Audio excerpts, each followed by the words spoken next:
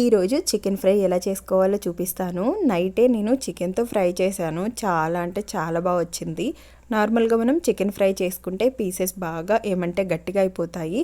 అలా ఉండకుండా పీసెస్ మంచిగా మెత్తగా ఉడికి నార్మల్గా కొంచెం కలుపుకున్నా కూడా రైస్తో తినేటట్టు ఎలా చేసుకోవాలో చూద్దాం.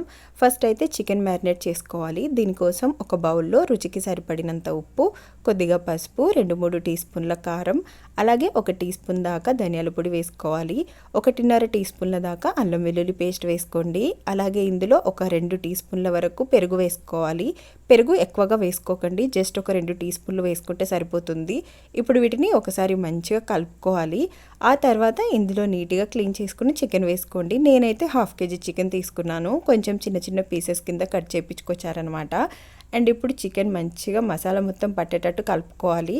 ఇంకా దీనిపై మూత పెట్టి 1 గంట సేపు మ్యారినేట్ చేసుకోండి. 1 అవర్ తర్వాత స్టవ్ ఆన్ చేసుకొని కడాయిలో 4 టేబుల్ స్పూన్ల దాకా ఆయిల్ వేసుకోవాలి. ఫ్రై చేసుకుంటున్నాం కదా, ఆయిల్ కొంచెం ఎక్కువగానే వేసుకోండి. ఆ తర్వాత 2-3 లవంగాలు, 1-2 యాలకులు, 1 దాల్చిన చెక్క వేసుకొని అవి కూడా కొద్దిగా ఫ్రై చేసుకున్నాక సన్నగా పొడవుగా కట్ చేసుకున్న ఒక 2 ఉల్లిపాయ ముక్కలు వేసుకోవాలి. ఇవి కొంచెం ఫ్రై చేసుకున్నాక ఒక 2 పచ్చిమిర్చి ముక్కలు, అలాగే 1 టమాటా కట్ చేసి వేసుకోండి. ఇవన్నీ మంచిగా మగ్గిన తర్వాతకి ఇందులోకి మనం మ్యారినేట్ చేసుకున్న చికెన్ వేసుకోవాలి. ఒకసారి బాగా కలిపి ఇప్పుడు మూత పెట్టేసుకోండి. మంటను లో ఫ్లేమ్లో ఉంచి ఒక 20 నిమిషాలు అలాగే వదిలేయాలన్నమాట.